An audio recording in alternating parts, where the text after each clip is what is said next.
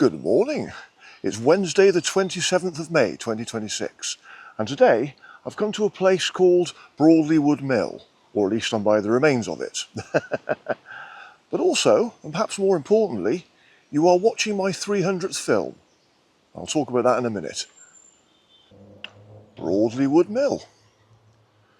Built on a stream around 1818, Broadleywood's cotton mill was owned for over 40 years by Charles Hay. By 1874, it had changed hands and in 1927 went into liquidation. It was demolished around 1960. Now, only fragments survive of the stone walling against the mill dam. However, we can still see the remains of the brick and stone engine beds, and in the southeast of the site, the ruins of the stables. If we had stood here in 1890, we would have seen a mill made of 4 buildings, one of which reached up to 4 stories, a 40 by 18 metre single-storey weaving shed and an engine house, which contained the surviving beds that were 3.5 stories high.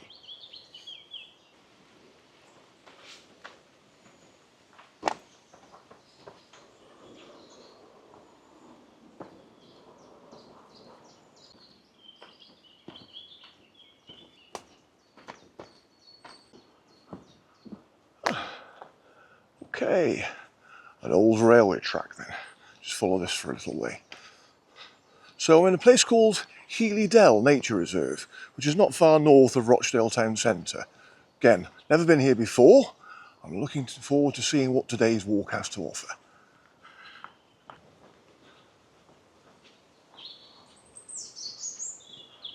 So, 300 films then. Yeah, I can't believe this is my 300th film. I never thought I'd ever reach 300 films. But there you go. It's weird when I think about it because obviously for those of you that have been following me for a while, you'll know that I started filming in 1993. But between 1993 and 2013, that 20-year period, I only made 17 films. They were, of course, the longer length films at that time. And then when I started making the shorter length films, that started in 2014. So that was 12 years ago. So it's really from 2014 to this year, 2026, that I've made the majority of those films. It's just unbelievable, really. But yeah, I'm very pleased to have reached my 300th film. So here's to the next 300.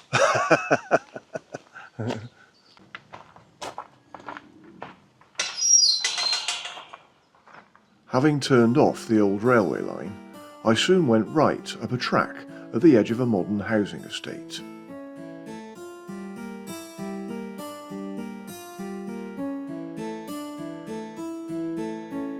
I've got a sneaky suspicion I might be approaching another reservoir.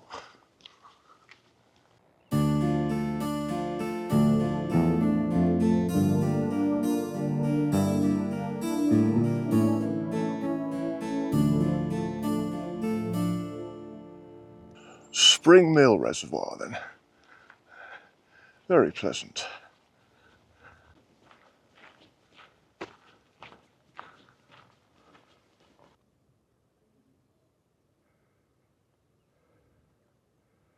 No public access beyond this point.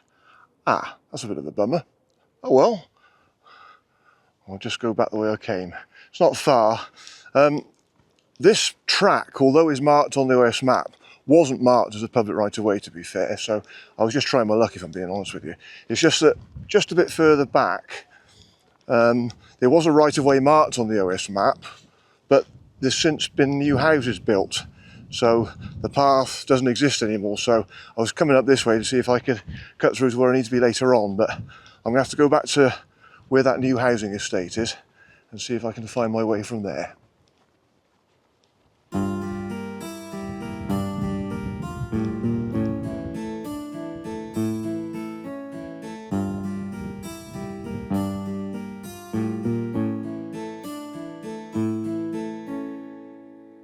Okay, that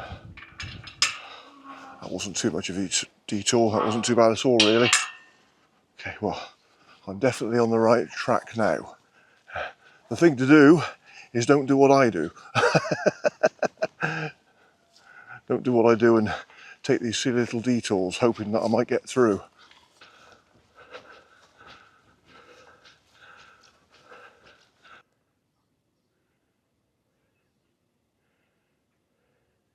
There we are. So had I managed to get through that gate earlier where it said no public access, it would have brought me up here.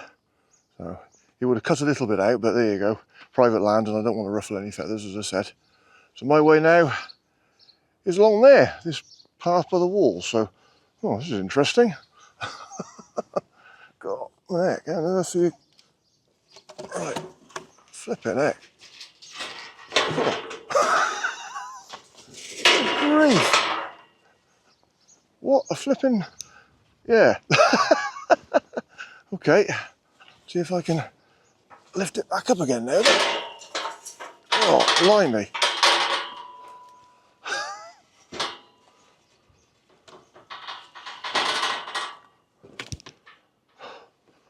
Not the best, is it? Oh well, I'm through, and I think I've put the gate to how it was when I found it. Yeah.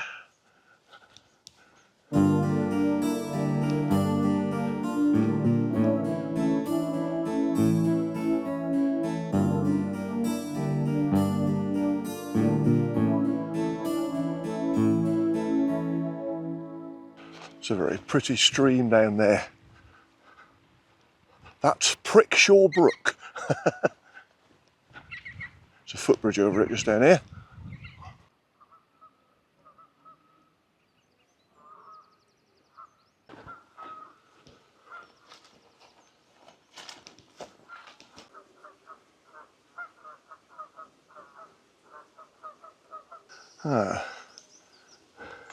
Looks like more remains of an old gate. Yep. Bit of a clue there. Okay, right, let's get over Prickshaw Brook footbridge then.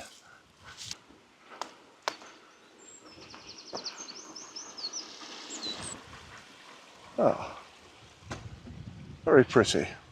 What a lovely little valley, or clough, whatever you want to call it. I bore right, taking the gradually rising path on the edge of a beautifully wooded clough.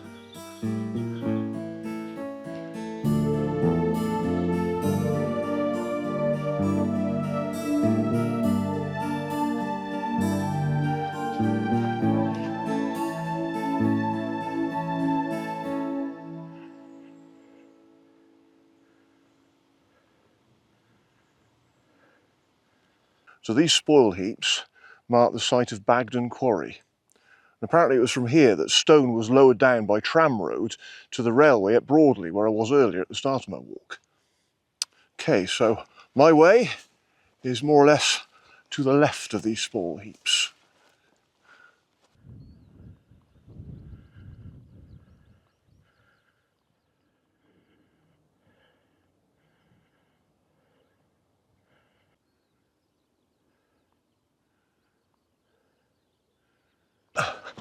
Oh, oh, this is a wobbly one. God, on the neck. Wibbly wobbly or what? Oh, well, I made it anyway.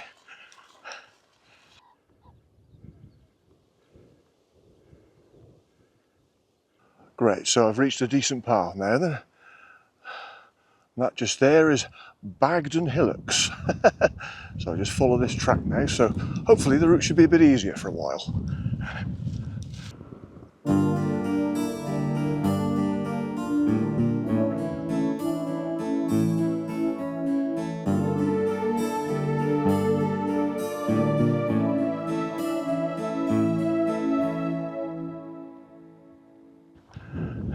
So I'm on the top of Rooley Moor now then, and what a fantastic old cobbled road. So this is the southern section of Famine Road, and it was built in the 1860s as a work creation project. What a fantastic old road, eh? So I followed this for quite a way now then.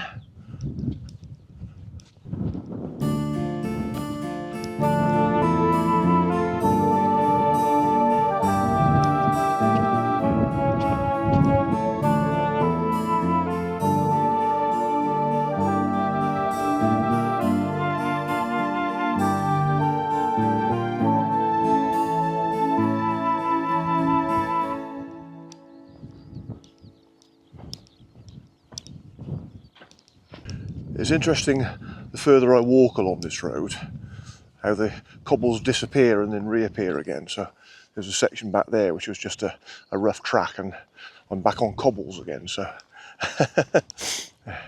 oh, sorry, I'm starting to weep again. I think that might be my hay fever, I'm not sure. I've said that before, but I think it might be my sun lotion. Of course, this week I've been slapping on the sun lotion because of the weather we've been having, and I think it might be the sun lotion that's actually getting in my eyes. Yeah, it's okay. And I can see the centre of Rochdale clearly in front of me again, and it's always those high-rise buildings that give it away. I can see them very clearly now.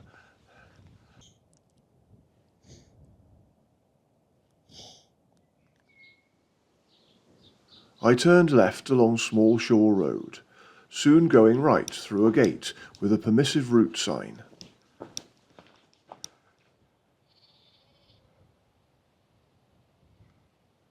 Okay, another very interesting aspect of the route. Public right of way, would have gone through that track there and down there, and my route is down this way anyway, but yeah, there's actually like a permissive route now that goes through a gate, clearly marked with another sign, just before you get to the house there. A very friendly lady just called out to me and said, "Oh, excuse me, it's gate in the corner," she said. So thank you for that, whoever you are. Right, onwards.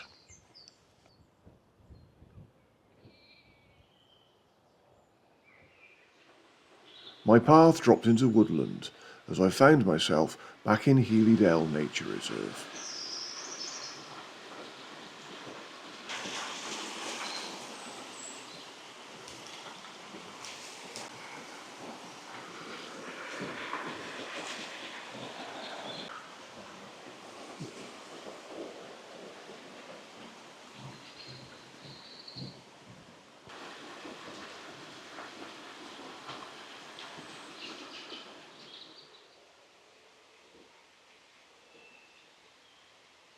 Healey Dell.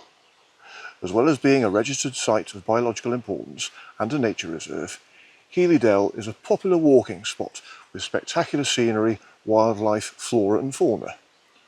The River Spodden, which once powered corn, wool and cotton mills, has carved its way right through the valley, leaving delightful waterfalls. There's a disused 1880s railway line that takes you across a spectacular 100-foot high viaduct, and you can visit what was Broadleywood station and get a real sense of this area's industrial past. Amongst the lesser known history is the munitions factory that operated in Healey Dell during the 1940s, where parts of the site were converted for use as a World War II explosives filling factory.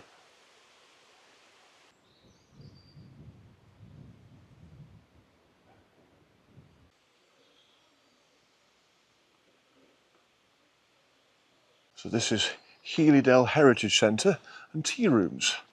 I think it's closed though. Oh well, never mind.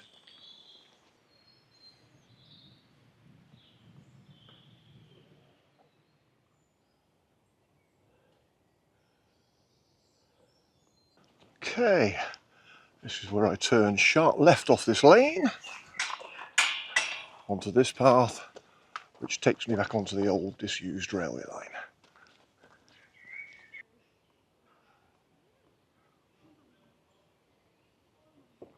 Ah, that's not what I was hoping to see. Oh, flipping heck. So I don't know how far along there the footway is actually closed, but I've just checked the map and there don't appear to be any sort of paths that turn off at all. So I think what I'm going to do, rather than sort of walking all the way down there and then finding it closed and having to walk all the way back again, I'm going to turn off along here. There's a path onto the main road. So I think I'm just going to have to do a bit of road bashing until I can get to my next location.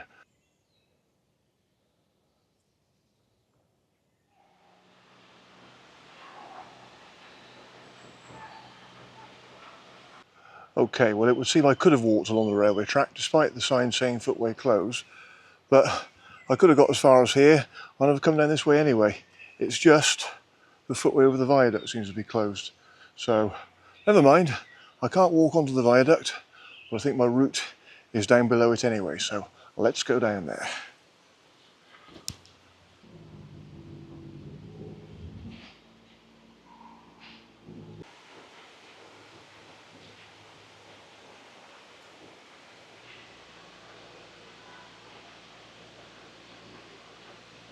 Well, there's the Healey Dell Viaduct. That's an impressive viaduct. Yeah. I don't know if this is the best view I'm going to get of it, really. To say, unfortunately, I couldn't go on the top of it. But I can see it from below, but it's a bit obscured by the trees, but it's there. It's a very high viaduct too.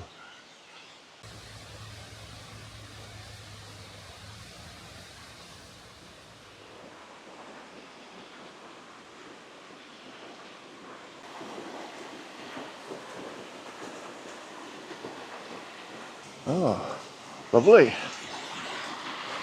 Some lovely waterfalls up there as well. Very nice waterfalls. And these are ruins of some sort. And I think upon the main path there's an information board, so I'll just go and have a read of it.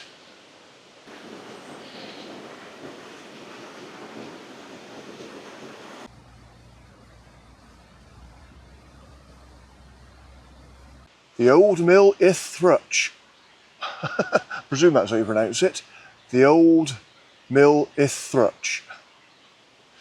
Looking down on the site, you will see two stone arches across the river. These supported the external walls of a two-storey perching room. This was a fulling mill, built in 1676 and owned by the Chadwick family until the late 19th century. It was sited here because the early Industrial Revolution was water-powered. The cloth manufactured here was woolen, not cotton. In order to make it wearable, it was finished through a process called fulling.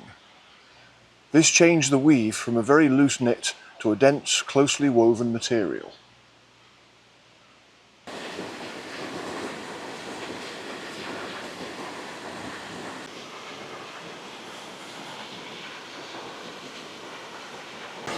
Managed to find another little viewing area.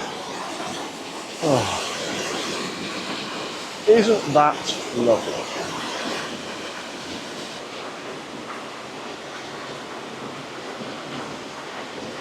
Fairies Chapel. Until the Great Flood of 1839, the Fairies Chapel was hidden behind a ledge of rocks, at the base of which lay a natural excavation formed by the water. This had a pulpit, reading desk and seats. Like other spots of the same secluded character in Lancashire, it has legendary lore. According to the Reverend G.R. Oakley, it all started on a wild night in 1180, when a witch magically summoned Robert of Huntington, who was the rightful heir to the Earl, his late uncle. However, the ring which would prove his rights had been stolen. Yeah, again, there's quite a lot of information on this, so I won't read all that out. Fairies Chapel.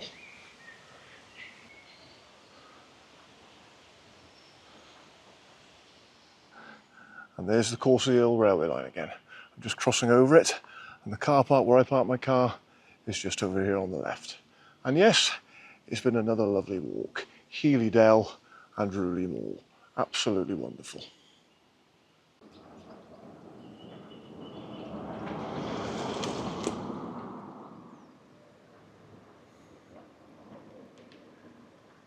Well, I've just come to Rochdale town centre. I'm not actually come here to make a film of Rochdale. I just wanted to look at that, because I think that is a magnificent building. That's Rochdale Town Hall. Fantastic. Yeah.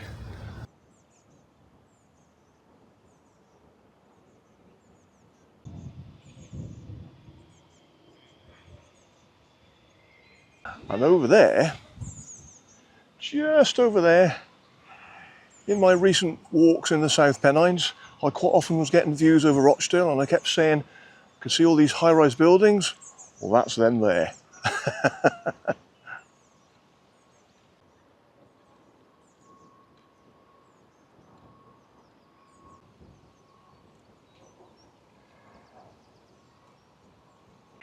Okay, well, I've done what I've come here for, and that's just to see Rochdale Town Hall. I'm off back to the Premier Inn now then.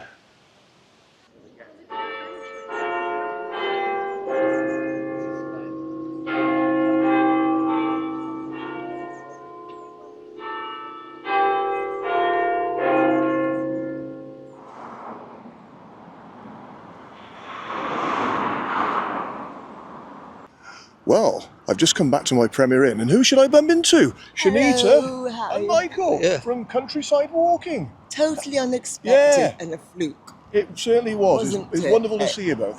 I knew I was coming near to where you are, but I didn't actually expect for a moment that I'd bump into either of you. So we were just driving past, and I was just driving, and at a short, Shanita saw you. Yeah.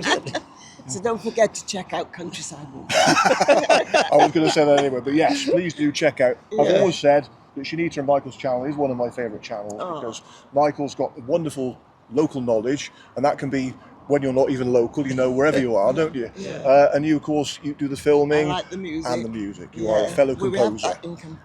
We've got that in common because we're both composers. So but it is absolutely wonderful to see you both. Yeah, nice and you. And thank you both thank you for stopping to say hello, really. Okay, so check out Shanita and Michael's channel. And you enjoy the rest of your holiday. I certainly will, thank you. We look forward to seeing what you've done this time. Yes.